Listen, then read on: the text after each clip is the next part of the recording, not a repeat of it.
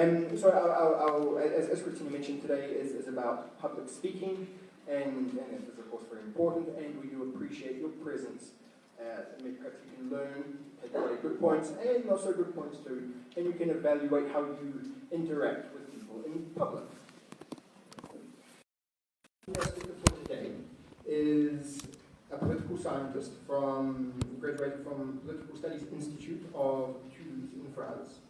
Has a Master's in Political Science with emphasis in International Relations from the University of Political Sciences in Toulouse. And guess who this is? Ms. Stephanie was the Director of the Center for Political and International Studies in our Faculty of Political Science, Government and International Relations between 2002 and 2011 for some of the students who are studying at the university. Previously, she was the Dean of the Human Sciences School until 2014, and is currently the Vice-Rector of our wonderful university. I would like you to give a hand to our keynote speaker, Stephanie Lavaux.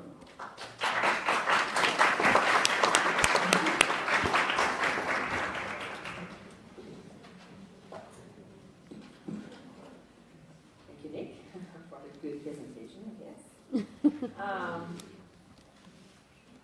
Thank you, everybody, to be here and hear from me. It's kind of the first time that I'm presented as a keynote speaker one day, so it's kind of a huge thing. Thank you so much for that.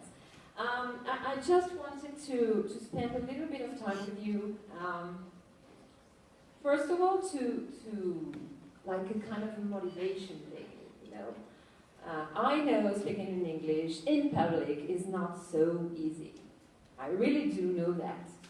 As you may know, English is now my third language, so I'm kind of stressed, okay? It's kind of a hard thing. I think I will be more stressed if I had to do this in French, because now French is kind of a very historic thing for me, speaking in French in academic issues, actually. But I wanted to spend this time not only for motivate you in order to speak in English, and yes, I have an accent, obviously, but that's great. Yes, I make some mistakes. Not an issue. Okay? So do it. It's just a click in the brain, you know? As soon as you just click, and it doesn't matter, you just go, and it doesn't matter. You will go very fine, and you will do very fine. So don't worry. Having an accent is a very kind thing. It's very, very, very great. But on the second part, as a keynote speaker, it's just not a motivation thing that I have to do. I have to present to you some kind of insights and thoughts that I have on one of the key issues that inside the university has been like one of the main topics in our agenda, academic agenda this year, meaning that based on the peace agreement context that I know you talked about this morning, we had as a university a strong responsibility not to just act, but to think about the connections between higher education and, or education in general, and peace building, and in particular in Colombia. And one of the most important responsibility that we have as university is not acting just based on intuitions, actually. Intuitions can be great, but when we talk about creating a strategy in order to be part of a peace-building national development, we can't act just based on a good intuition. So as we are a university, the first thing that we had to do is working with other partners in other societies that went through a peace building and a post-conflict situation, and see how they build a strong conceptual, theoretical, and practical experience on their own, and trying to extract from them what we can do in Colombia at this right moment as a university in a post-conflict context. So what you're going to see on the screen is part of our reflection. is part of our thoughts about that, and is part of the work that we tried to develop this year with an institutional group called Janus. Janus is the Roman god of two faces. I don't know if you remind them of Janus, but saying that peace and conflict, those are the two same faces of the same issue, of the same topic.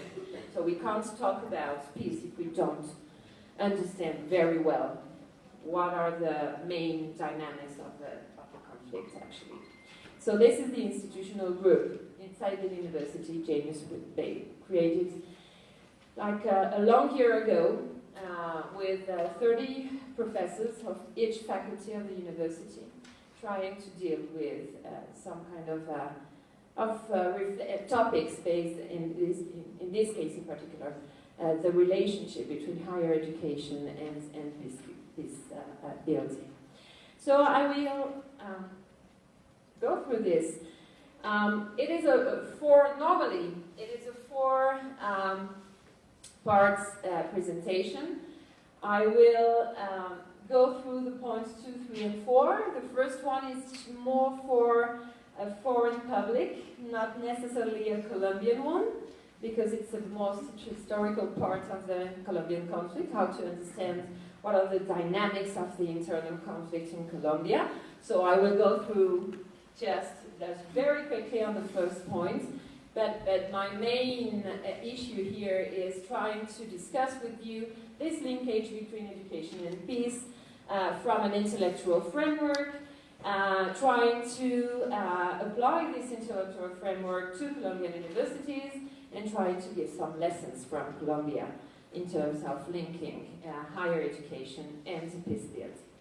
So, as I told you, I will go through very quickly in terms of what are the dynamics of the internal conflict in Colombia since the 1960 to today, and the perfect summary is from a protracted armed conflict to a sustainable peace with a question mark, because it's a bit, we don't know if it's a sustainable peace so far. So it's just a quick presentation based on what are the main characteristics of this armed conflict, more than 50 years armed conflict, with some kind of a data that are interesting in terms of internal displacement and affected people in terms of death and so on. In terms of the trends that are the main trends of the Colombian conflict, based on the structural causes of the struggle, of the dynamics and the trajectories of illegal armed actors, and the micro-foundation of violence. Those are the three main characteristics that normally the academic literature are working in terms of Colombian armed conflicts. I'm going through the origins of the armed conflicts, back to the Cold War era, back to the 60s, going through the 60s and the 70s,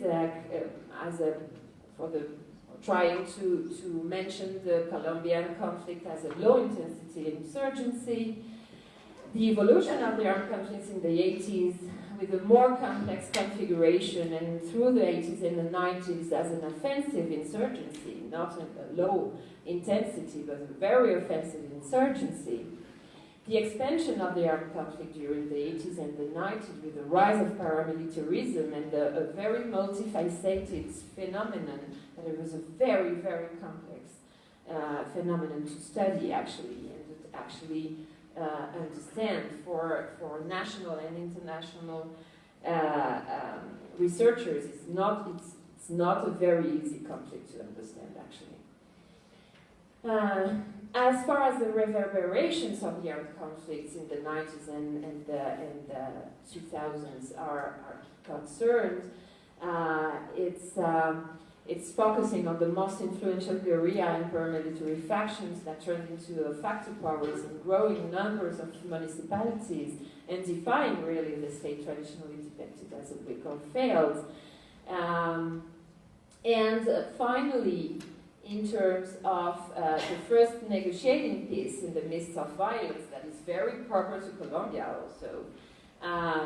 Trying to see the evolution of the negotiating peace to the historic peace agreement reached with the FARC, with all the ups and downs that we all know, obviously, and what are the main parts of the peace agreement between the Colombian government and the FARC period. Trying to see, by the end, all the opportunities and also the challenges that now are opened to a presumed post-conflict society. And trying to keep the attention on, in terms of opportunities, I think this is not working, okay. In terms of, in particular, an opportunity for a more responsible and ethical citizenship to be shaped.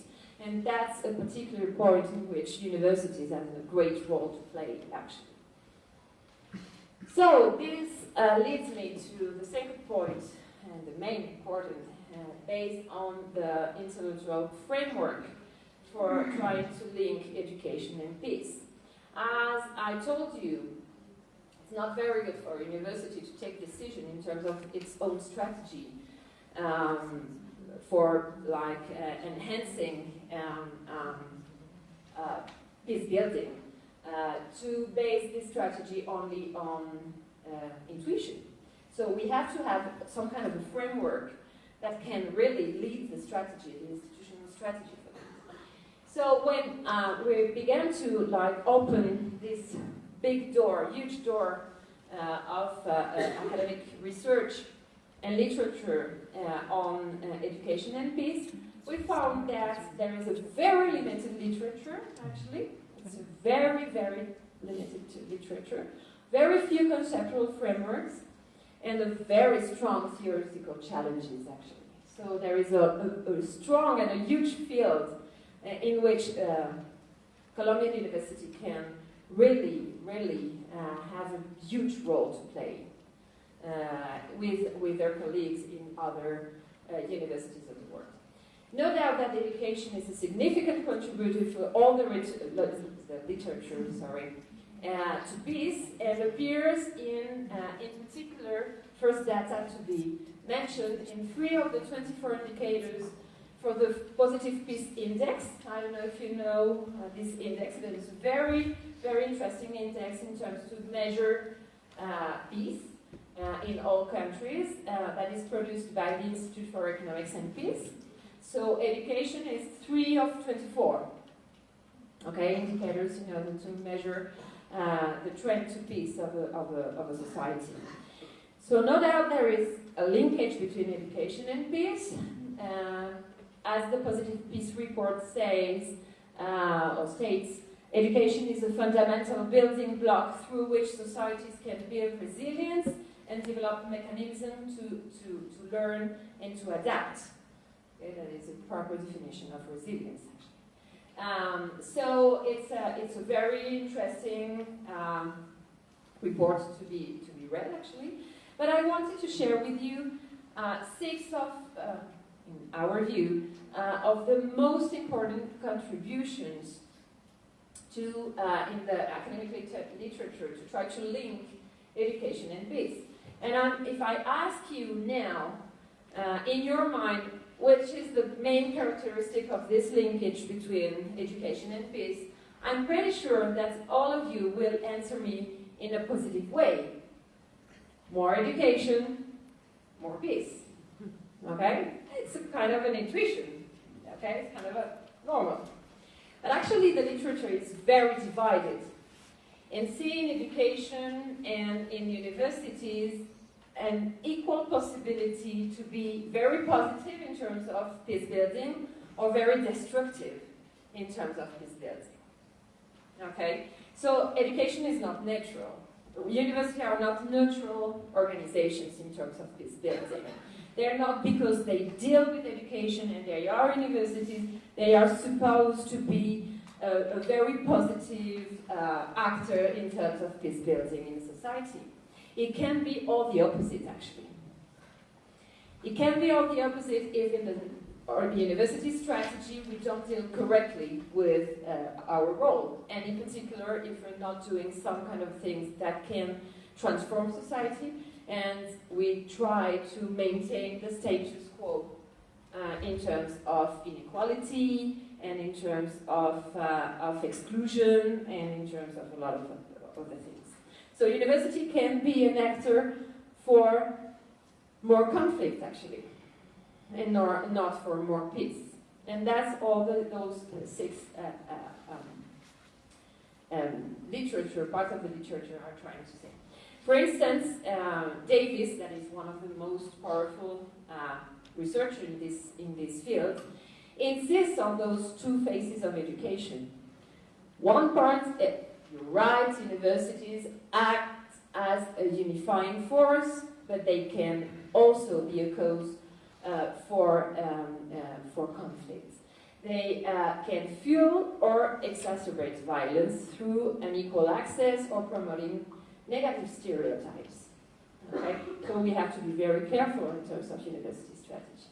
Milton, some years after that, highlights that the university contribution to forming identity, developing political autonomy, critical thinking, maintaining links between opposite groups, contributing to peace building and support reconstruction through training for states building and society capacity building.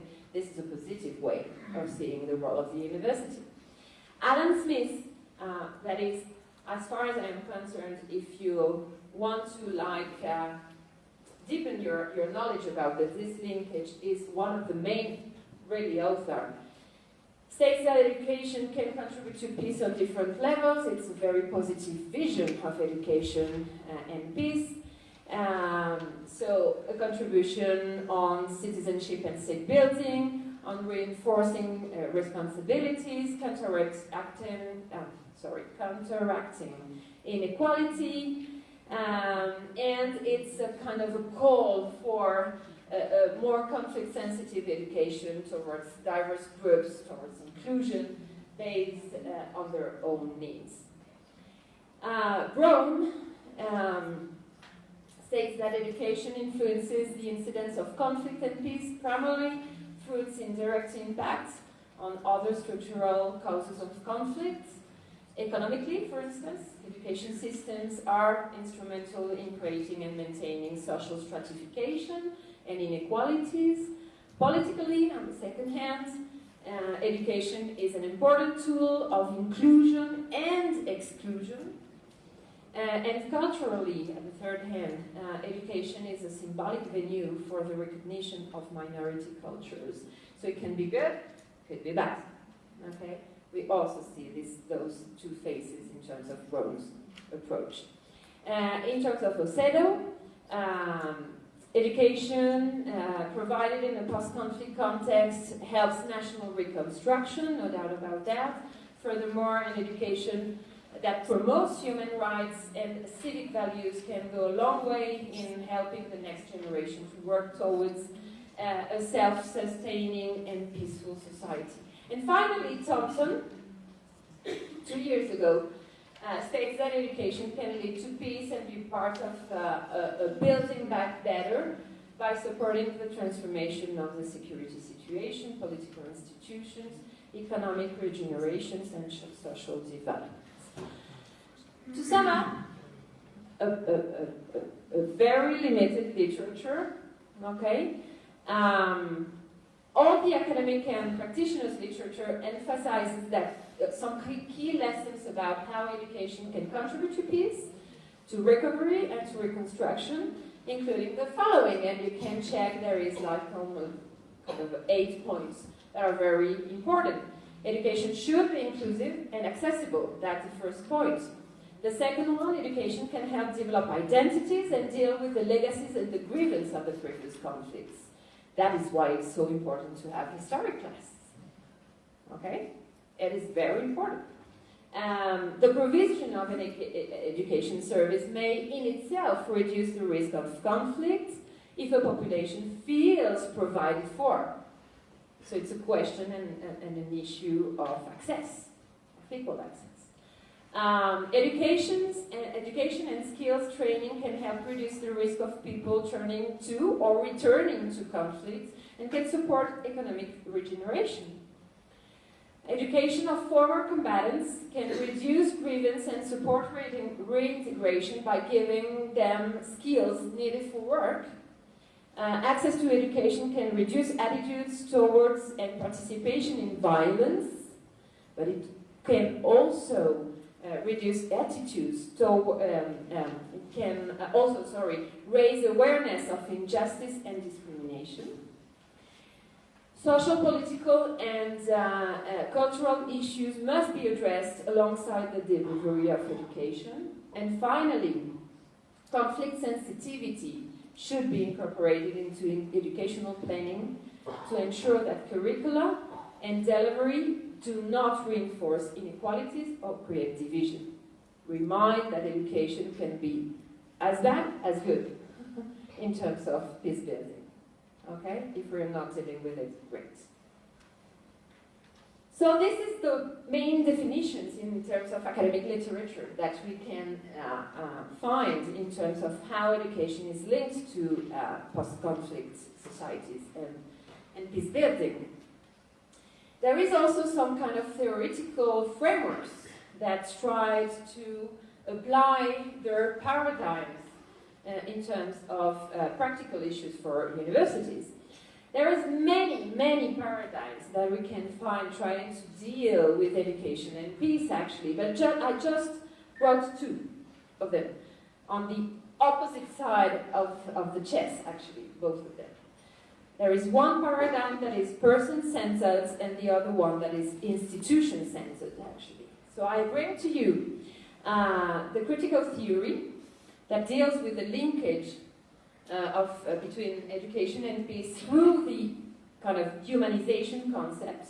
This is one you can check on the screen. And the second one is the institutional theory. I don't know if there is some students of economics, political science, international relations. Those are theories or paradigms that must be a bit well known for you, okay?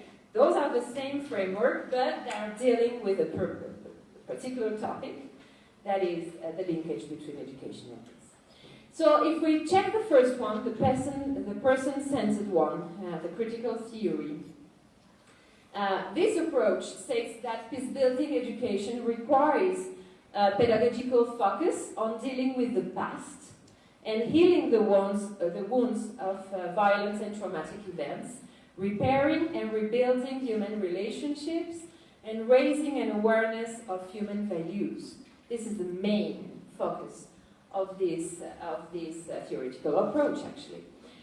For this approach, obviously, the key to emancipation and conflict transformation into peace involves three-pronged integral process of humanization, including critical reflection, dialogue, and action. And that's a key point for based on you, on the students. We have to promote critical reflection, we have to promote dialogue, and we have to promote action. We can't just be a university that thinks, that researches. We have to act also. Okay? And this transformation and emancipation should be and must be a collaborative process of reciprocal relationships between us as educators and you as educators. Those relationships in the process of peace-building education are regarded as the foundation of a participatory, emancipatory, and transformative education. That's a very challenging view, actually. This is a paradigm that is very important in terms of building strategy at the university level. But the second one is a much more institution-centered, obviously. The institutional theory framework may be also very useful. As you may know, institutions such as schools and universities interact and affect the society, fueling conflicts or promoting peace. They constitute a huge force, constraining actors' preference and policy choices during transition from conflict to peace. So they are not neutral, as I told you before. Universities as institutions emerge as peace-building actors within a post-conflict context, by shaping the behavior of different agents, such as governments, entrepreneurs, students, people, and public opinion in general, through rules, norms, values, but most of all, through intellectual frameworks. And universities are also very peace and conflict sensitive in the sense that they are teaching their research and their community-based projects are very influenced by more or less peaceful or violent environments. Paradigms, actually. And we try to create our own strategy based on a conceptual framework. And trying to dialogue with other universities in, for instance, Northern Ireland, in South Africa, in Afghanistan, we built a strong network. We just discovered a few months ago that we didn't have to create our own paradigm or framework. It already exists.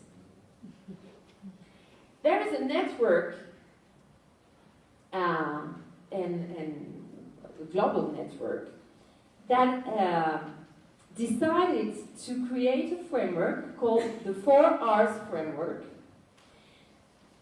that can help universities to design their own strategy in a post-conflict context. So perfect. Tailor-made, actually. This is the 4 R's framework. This research network or consortium is based on Ulster University, actually, in Northern Ireland.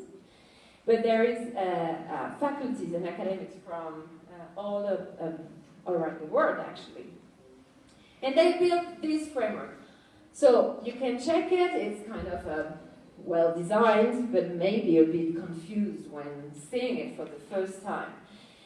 In the blue part, you see the blue part, there is 4 R's, so it's 4 words that begin with an R, obviously. Framework. If you see it, 3 of them are in the blue part and 1 of them are in the red part. Okay?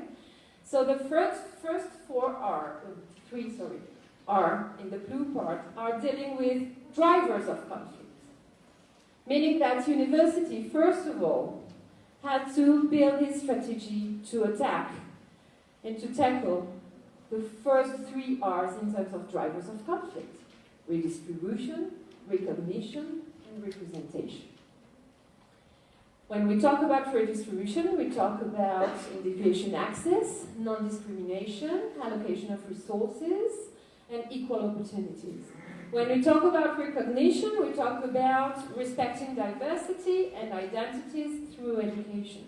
And when we talk about representation, we talk about the role of the university designing at the national level the best educational system that we can to assure that not only inside our own university, but all at the national level, we can have a strong control about the drivers of conflict. And all those 3 drivers of conflict leads directly to the legacies of conflict. This is the 4 R, dealing with reconciliation. The university has to deal with transitional justice, with legacies of the past, developing new relationships of trust, addressing historical and contemporary economic, political, and cultural injustices that underpin conflict. This is our responsibility. So, what I like about this framework is that it's multi-scale, and it's very important, dealing with local, national, and transnational issues, with exogenous and endogenous factors. It's very highly sensitive and attentive to context, to the environment, and it's based on the broad components of socially just post-conflict society, meaning redistribution, recognition, representation, and reconciliation. So based on that, how Colombian University contributes to sustainable peace building in such complex post-conflict society. And we tried to think about the role in general of university in terms of peace. University, as you know, in Colombia, are key players since a long time in the consolidation of democracy. They now are becoming key players in building, keeping, and strengthening peace at national and local levels. And I'm not talking about the top 3 universities in Colombia. I'm talking about all the 80 universities that are present on all of Colombia. Okay, we share the same common interest, actually. And we're becoming key players in strengthening peace. Why? Because we're promoting a culture of peace, first role. We are reinforcing peace education, second one. And we're providing sustainable peace building through education. All the 3 roles, meaning that we're participating in the peace building general process through teaching, research, assessment, service, and public engagements. So all the core of the university are used in terms of promoting culture of peace, reinforcing peace education, and providing sustainable peace building through education. 3 different roles that we have to develop and assume as university with you, our students. And if you check those 3 roles and you cross it with the 4 R's framework, you can see that in terms of redistribution, remember that redistribution deals with equal access and so on, those kind of transformation. We can, if we compare this redistribution definition, it deals with the 3rd role, that is providing sustainable peace building through education. If you check about recognition, you remember identity, diversity, inclusion. This is the recognition part of the role of the university. Obviously, it's totally related to the promotion of a culture of peace. If you think about representation, meaning that the role at the national level for dealing and designing a stronger educational system, it is, in general, if you check this one, it's the participation of the university in peace building general process. And finally, if you think about reconciliation, you can obviously relate that to the second role, that is reinforcing peace education. So let's go through the 3 general roles. You remember that? The 3 roles: promoting culture of peace, reinforcing peace education, and providing sustainable peace building. What can do the university, really, on the practical side? What can we do in terms of our strategy and our particular actions to promote those 3 roles? Let's begin first with the culture of peace. What is the role of Colombian universities in promoting a culture of peace in a transitional context? More than any organization, Colombian University must address and promote, first, a culture of social interaction and sharing, based on the principles of freedom, justice, and democracy, diversity, empathy, tolerance, and solidarity. And a lot of universities use as a tool pedagogical issues in your classes. I pretty guess that you're dealing with team working all the time. And you have to breathe and calm in terms of dealing with team working. He's not working, I do all the job. He's not doing anything. This is part of the culture of social interaction. It is not a neutral way of thinking how you should address this class. It's not intuitive. It's not because the teacher wants to. It's an institutional practice. You have to learn how to work together. Okay? So it's much more than dealing with a particular class. It's a culture of social interaction. Also, volunteer programs or community-based programs or all the field works that you're doing is part of this strategy. The second one is we have to address and promote a culture that rejects violence, works to prevent conflicts at their sources, and solves problems through dialogue and negotiation. And that's why a lot of universities, we have the University Ombudsman, we have Model UN societies, or debate teams. It's not neutral. It's not because we want to win, okay, at national or international level. It's part of building a culture that really works to prevent conflicts through dialogue and negotiation. And we're not born knowing how to negotiate and to dialogue. It's something that is based on the experience. So that's what part of the curricula and the extracurricular activity through those kind of initiatives are dealing with. And the third one, we have to promote and address a culture which guarantees everyone the full exercise of all rights and the means to participate fully in the endogenous development of the society on the inside, meaning that between us, inside the university, inside our own communities, students, faculty, staff, alumni, but also on the outside, between our community, between us and the entire society. And we do, a lot of universities, we do have institutional inclusion strategies for that. The legal clinics also, that maybe law students hate so much, but they are part of this institutional strategy.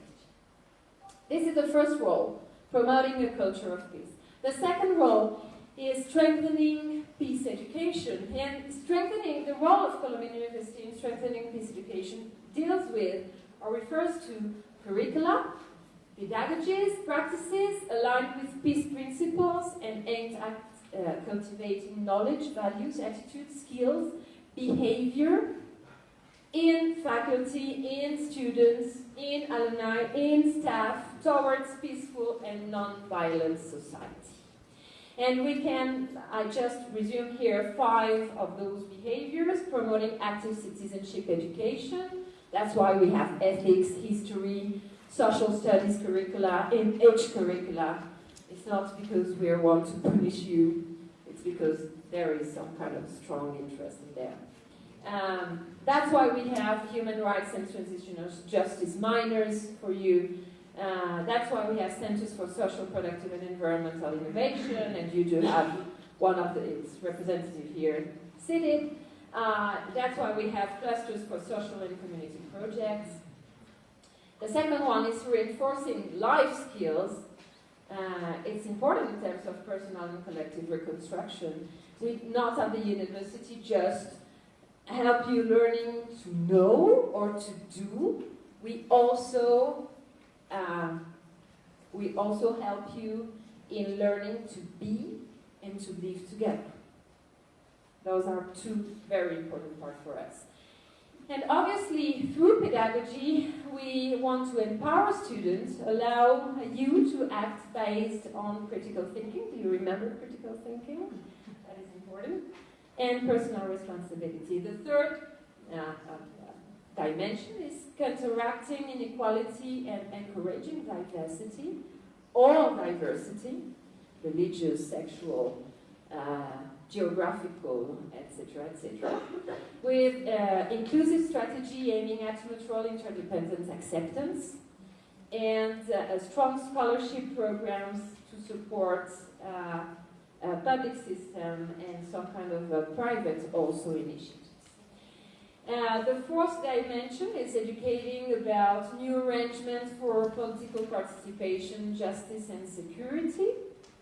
That's why it's so fundamental, the role of history in teaching about violent past, for instance. The role of your professors in terms of truth and reconciliation, very, very, very important. So that's why all the professors that you have and that feel confidence on talking in their classes about truth and reconciliation is dealing with that. And finally, the fifth dimension is analyzing the causes of conflict. We have to deal with that. It's painful, yes, I know, but we have to be back and check why violent conflict is rising and is still very present in the country. So this is the second role, peace education. And the third and last role is the role of Colombian University providing sustainable peace building through teaching, research, and community service, actually. So that's why you can find in universities some teaching and training based on particular trainings in peace building, in bringing opposing sides together and connecting ideas and people across difference.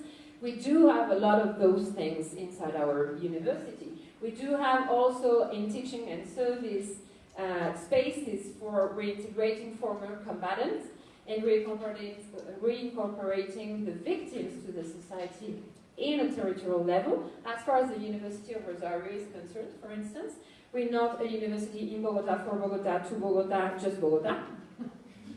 Okay? We're actually present in 27 out of 32 departments dealing with that.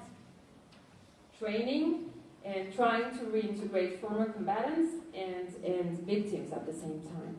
Okay. In terms of community-based projects, we also do have a lot of projects in terms of fostering remembrance, truth and reconciliation as a way, as a path of preventing recurrence and violence, internal conflict. We present in very strong and hard regions actually now that are not very easy to work in, but we are very welcome if you want to join. It's a very heartbroken but very useful way of contributing also. So, as you may see here, we're not talking about pedagogy or curricula. We're talking about the role of the university on the outside. What we can do as a university for people that are not the opportunity to study with us.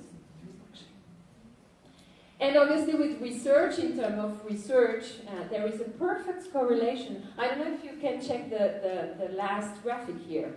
You see it? Yeah, you can see some points. You can see it. So this part is measuring internal peace. So closer to the 1 is a more peaceful society. Closer to the 4 is a less peaceful society. Okay? And this one is measuring the scientific publications per 10,000 habitants. Okay?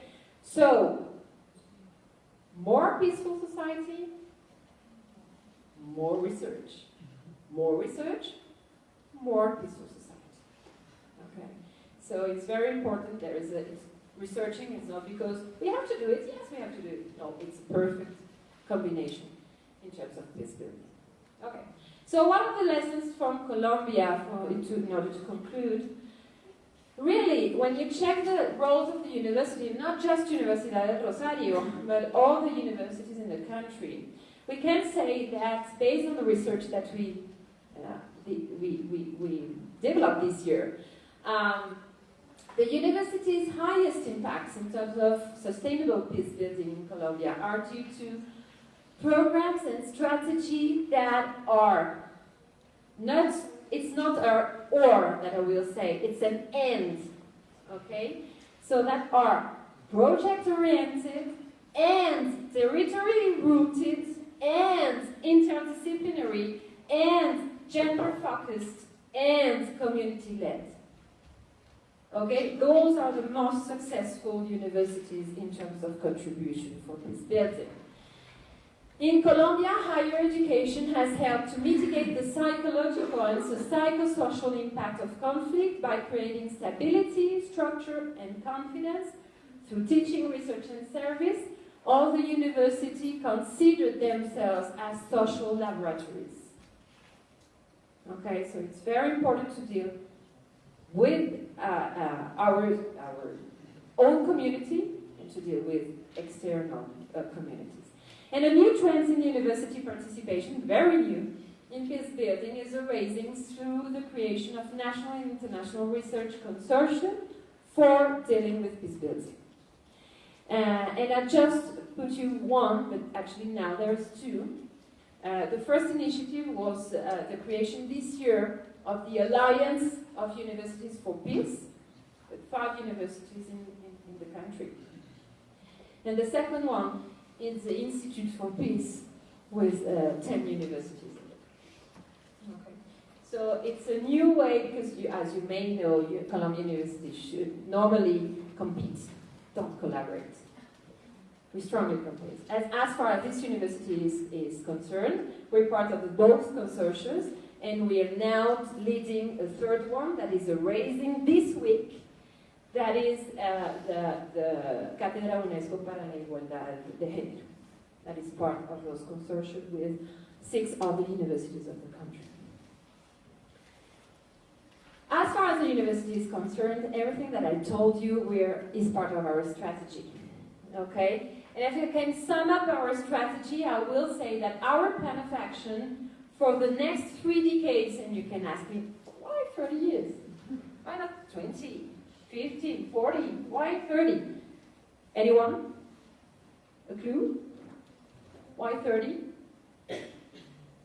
Normally, 30 years is a change of 1 generation. Each 30 years is erasing a new generation. This is a generation gap. Okay, so we know that you and us, we are not this generation that will feel totally peaceful. Okay, we're a perfect transition. So that's why our plan of action is for the next 3 decades, because we have to prepare the next generation. Your children, your children is the generation that must live in a perfect peace. So this is a 3 decades plan with 3 dimensions. The first is the Your Past 30, transforming lives, empowering people. The second one is educating for diversity, forming new generations, and the third one is moving frontiers and visioning peace. This is basically community-based project, the first one.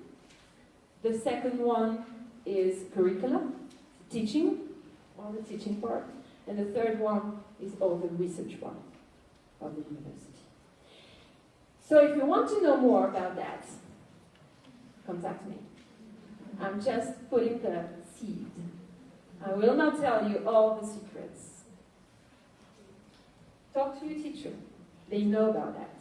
Be part of that. A lot of our projects are for you also. Okay? But what I wanted to let you very clear is that all the things that you see in the university that dealing with peace, or you don't really understand why a teacher is forcing you to work in a team, it's related to that. It's not neutral. Actually, it's part of the strategy. Okay? So, hopefully you can share this with your colleagues and help us to be part of a transformation that we hope all of us that will be very, very successful in terms of not just this university but the country in all these dimensions. So thank you very much for being so attentive. And any question, obviously, I will answer. Thank you.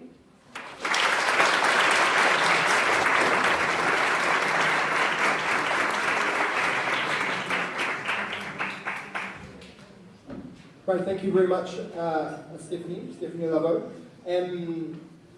From our part, for Rosie, first, you will have an opportunity to discuss what you learned. I'm sure our public speaking leaders took lots of very good notes, and we'll be able to lead discussions on this topic. What I personally want to say to you, our winter camp intensive students, yes, you have the fun in class, yes, you do fun activities. At the end of class, you have activities, sports, and team group activities that are also nice. But with English, you have to remember that it's not all fun and games. You can learn and practice your English on Twitter or Facebook, small bites. But as academics, you are academics. You have to use English to not only communicate your ideas, but understand lectures, things that are hard in English. Pick out what's useful for you, what maybe you need to remember. And you have to do that at this university. Some of you are in administration. After 5th semester, it's English. It's English. Those in medicine and in health sciences, all your research and all your texts are in English. You will have videos. That will go for 1 hour, 2 hours. And in medicine, perhaps up to 3, 4 entire days of English listening. Listening. Not speaking, not communicating, but listening and being attentive. So in this case, I'm really, really glad that at least for 1 day during your intensive winter camp, studies who have this, it's important to realize that English is not always easy. Yeah, come on, I think you think English is easy. No, it can be difficult, but you have to be patient. You have to keep trying and keep motivated. Right, now moving on to the next part of our talk. Brian will introduce you to the next activity. Get the blood moving, get the brain thinking, and take it away, Brian. Hi everyone, good morning still. So, can we give one more round of applause to our speaker, Miss Did anyone have a quick question before we move on to the next part of this? Any questions? Otto. One question is, in a country like Colombia, where the access to high education or good education is very low or limited for privileged people, so there is anything in the strategy of Universidad Rosario to incorporate all these people that is coming from the world in the good education, I don't know, in Rosario, other institutions?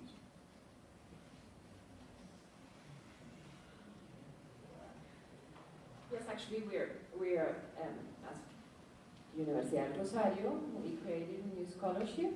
I'm not talking about the Serpilo Paga program, that is part of the national program, but obviously we're in a new scholarship for students that are in regions that are very, that are actually considered as very poor regions or very highly affected by conflict. So in 2017 we will have, financed by entrepreneurs, we will have those scholarships for all the university. So it's a new way, but it's a tiny way because we know that we can't deal with all the students that will need higher education with the quality of the Universidad Rosario. So we have two more strategies. The School of Human Sciences, for instance, is now assessing 60 high schools, public high schools, in order to not make all the students go to the Universidad Rosario, but to have higher quality education, basic education, in order for them to have a better future. And the second one is that we have, how can I say that, brotherhoods programs with universities that are not in the regions high quality accredited. So we are trying to make those universities that are so important at the local level and have a much more accessible education that we have as Universidad Rosario to deal with higher education standards that they don't have so far.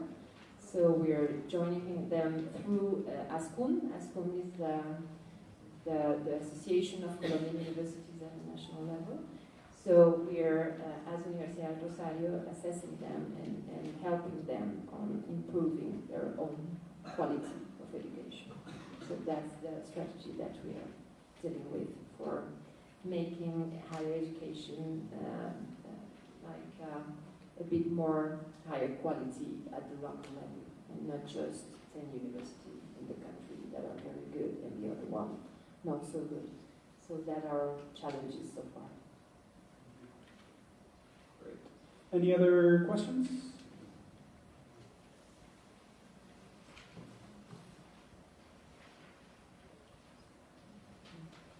Hello, what do you think is the way that Colombia has to follow to include more people into education? Must we continue with programs like Serpilo Paga, or we have to change the strategy that we are using now?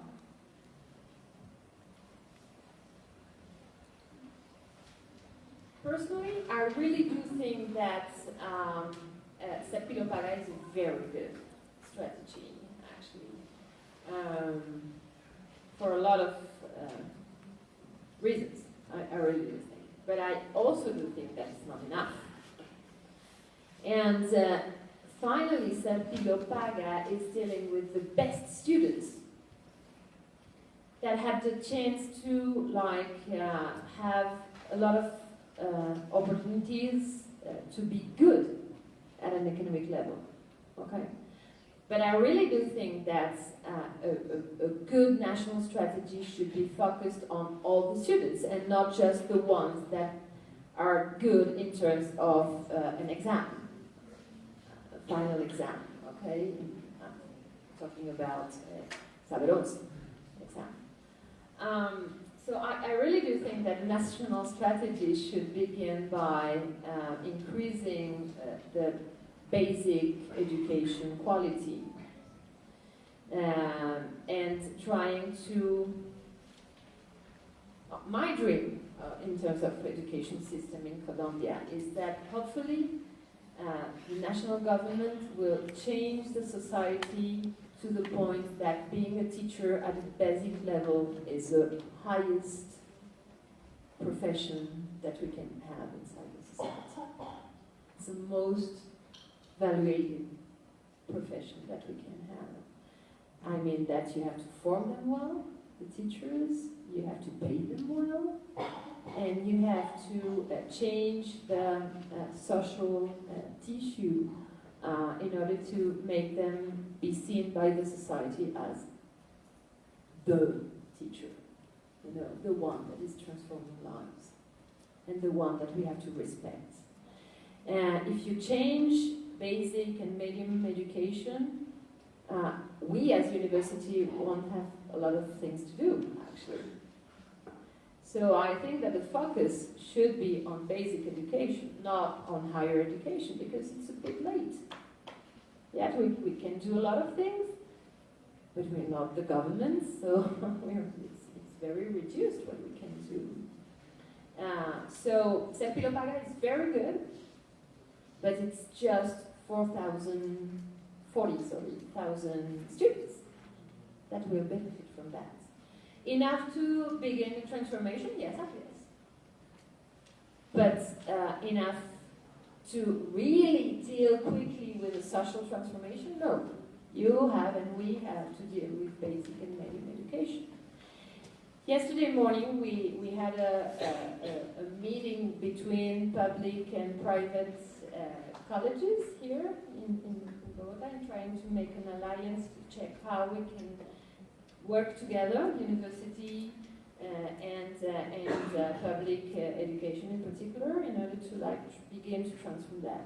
But there is an issue that is higher than we are, meaning that the social perception of the role of the teachers, and that's a deep concern to me.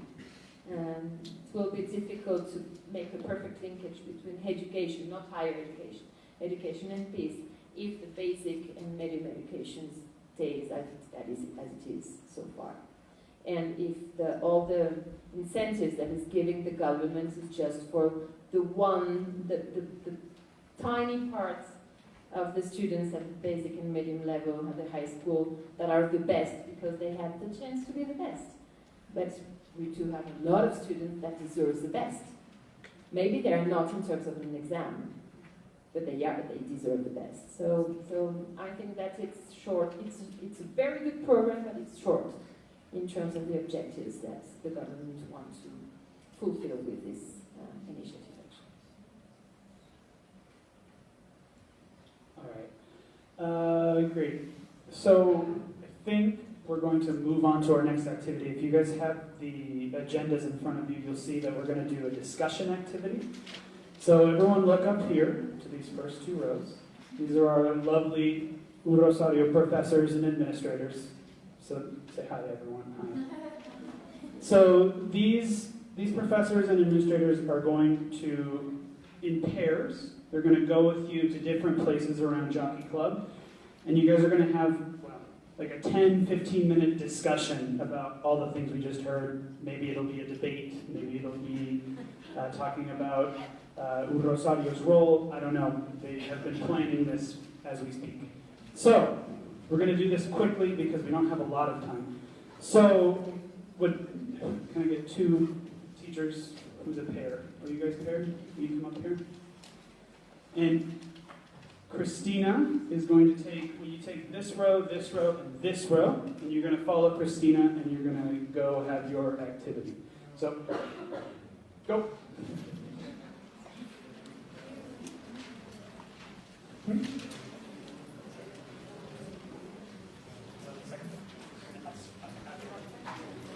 Please remember that after these discussions, we're going to listen to your lovely professors and teachers here give speeches, and attendance will be taken. Yes. Okay, two more professors right here are going to go with Kelly to the front here and to the right. Would this row and this row, would you guys go with them, please? Out to the entrance of the building and to the right. All right, two more. No, we do right. We are going to right to the right. Okay. So you guys are going to go now. So everyone over here, plus this last row of people, will you guys go with, where's Hannah? Did Hannah disappeared. Give me 1 second. You're going to go with Hannah, and I'll go in to the front here and to the left. See ya. And would this section here, this row, and this row, you're going to come with me and who? To go. So, why don't the three of you, no, just stay seated. We'll all just stay in here. And we're going to stay here with Matt and the three teachers here. Okay?